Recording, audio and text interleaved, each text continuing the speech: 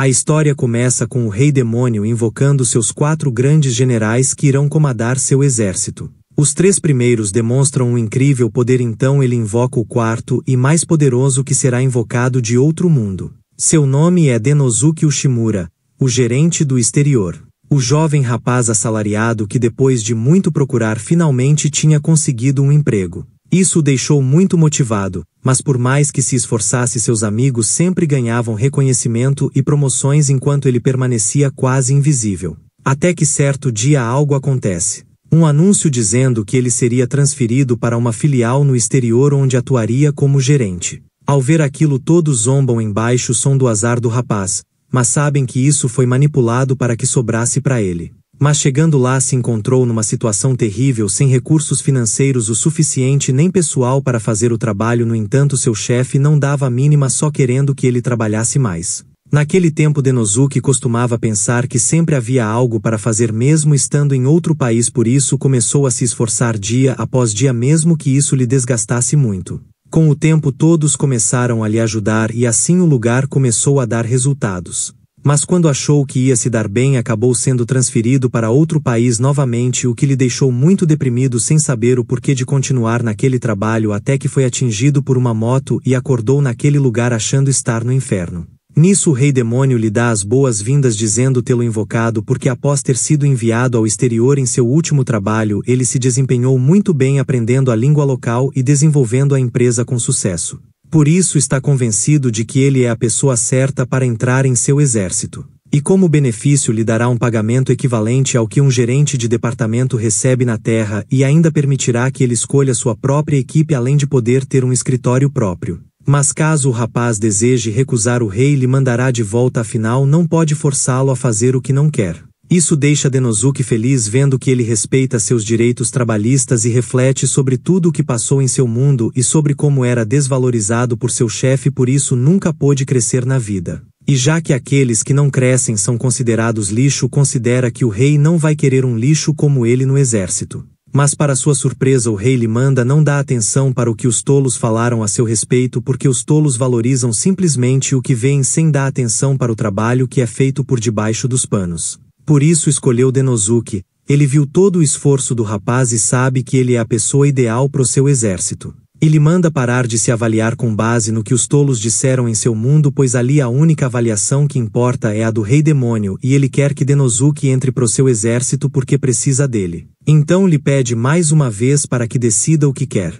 Mas antes que possa falar os outros 3 generais demonstram oposição à ideia de ter um humano como um dos grandes generais porque não acham que um humano seja capaz de comandar nada. Vendo que os generais estão duvidando da capacidade do humano, o Rei Demônio resolve que irá colocá-lo em um período de teste, assim poderão determinar se ele é apto para o trabalho. O Mandra fica muito animada com isso porque ouviu falar que pessoas invocadas de outro mundo sempre têm poderes especiais, por isso decide lhe atacar para testar seu poder.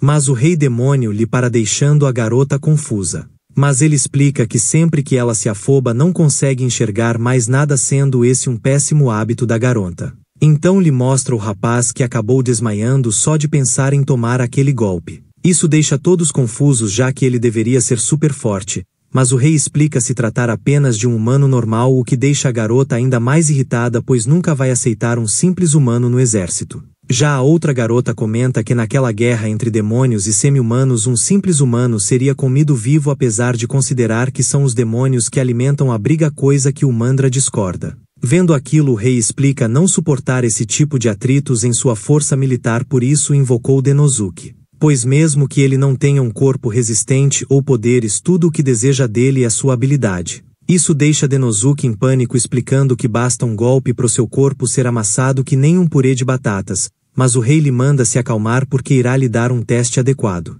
Então explica que seu exército está tentando firmar um pacto com os clãs vizinhos, no entanto, está sendo muito difícil fazer isso com o clã dos Minotauros, então o teste de Denosuke será firmar um pacto com esse clã usando suas habilidades de negociação.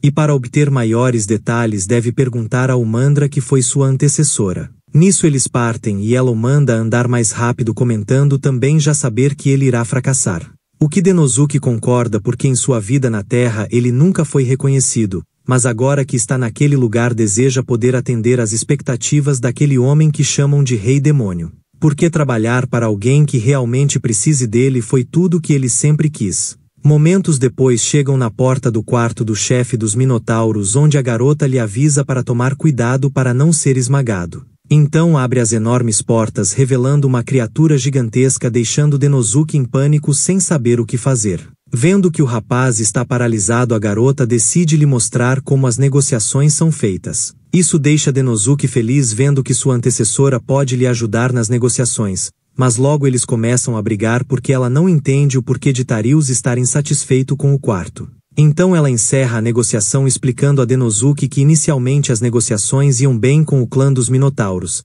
mas do nada Tarius começou a se recusar a negociar e mesmo tendo voltado várias vezes ele continua se negando. Ainda por cima trouxe todo aquele feno, por isso resolve que vai deixar todo esse problema nas mãos do rapaz. Isso deixa Denosuke desolado, pensando em como vai ser destruído se tentar falar com aquela criatura colossal, e sabe que se falhar o Mandra vai rir da cara dele dizendo ter estado certa sobre a inutilidade do rapaz desde o início. Então acaba aparecendo em um bar onde faz o pedido de sempre e reflete que quando uma das partes não deseja negociar não tem como a conversa progredir. Mas isso acaba lhe fazendo se lembrar de uma situação parecida onde seu cliente apenas ficava dizendo não e por isso quase chegou a desistir, mas olhando em seus olhos conseguiu entendê-lo. Isso acaba lhe motivando a resolver esse problema de uma vez. Enquanto isso, o Mandra relata ao rei a resposta negativa do Minotauro, assim como das outras vezes, e não acredita que um humano seja capaz de resolver esse problema. Mas o rei prefere observar como será o desempenho do rapaz. Nisso ela sai de lá e se depara com Denosuke mexendo no que considera um lixo e não entende o porquê dele estar fazendo isso, sendo que é impossível negociar com Tarius, afinal ele é apenas um brutamontes.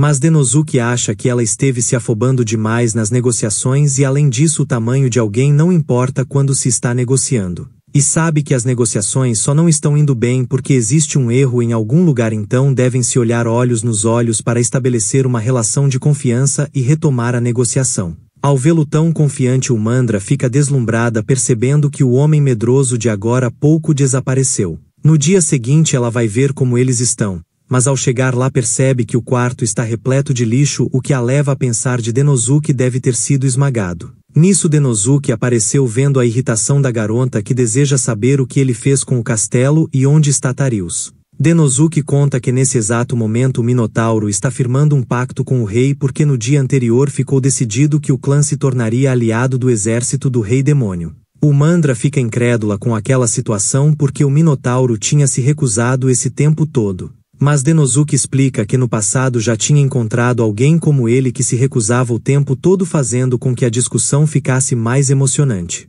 Até chegar no ponto em que Denosuke desistiu, mas ao fazer isso o homem parou de se recusar. Nisso ele entendeu que o rapaz não estava se recusando por não gostar da negociação. Na verdade, para essas pessoas debater é tão bom que tudo o que desejam é deixar tudo mais emocionante. Isso vem muito da cultura de cada um, porque em alguns países demonstrar emoção e paixão é uma coisa boa, por isso aconteceu esse grande mal-entendido. Então bastou olhar nos olhos de Tarius e estabelecer uma relação de confiança para o homem revelar o que estava fazendo, o que faz o Mandra se sentir uma bomba por não ter notado isso. E ele segue explicando que quando disse a Tarius que iriam parar as negociações, o Minotauro não conseguiu entender o motivo. Além disso, também descobriu que no clã dos Minotauros colocar o feno no quarto que vão usar é uma atitude de cortesia. Ela não entende, mas Denosuke explica ser por eles não desejarem quebrar as camas do lugar por terem corpos muito grandes. Mas como o feno foi retirado do quarto, ele teve que dormir no chão esse tempo todo e estava sofrendo de sono. E na verdade toda a irritação do rapaz era porque ele não estava conseguindo expressar seus pensamentos de uma forma que ela pudesse entender. Isso a faz perceber o quanto foi tola esse tempo todo em não saber negociar, mas Tarius nega, reconhecendo que ele foi muito rude também, por isso deseja fazer as pazes com ela e aproveita para agradecer Denosuke. Afinal foi tudo graças a ele e o rapaz também agradece por Tarius ter lhe guiado. Após resolver esse mal-entendido, o Rei Demônio parabeniza Denosuke por ele ter passado nesse teste, demonstrando que sua habilidade não está na força física, mas sim em entender e perceber coisas que ninguém mais nota. Agora ninguém mais irá duvidar de sua capacidade, então lhe pede para que estenda o braço e lhe dá um bracelete como prova de sua posição como general. Assim ele poderá fazer o que quiser como achar que seja necessário. Nisso o Mandra se apresenta formalmente para o rapaz fazendo um gesto com os braceletes enquanto explica ser assim que seu clã aceita novos amigos. Mas deixa bem claro que não o aceitou totalmente, apenas estão lhe usando para que ele possa trabalhar nas próximas negociações. Ver eles correndo deixa o rei feliz refletindo que uma organização que é capaz de se entender e completar se torna muito forte e nesse momento seu exército ainda é muito imaturo. Por isso vê em Denosuke a luz de esperança que fará seu exército brilhar.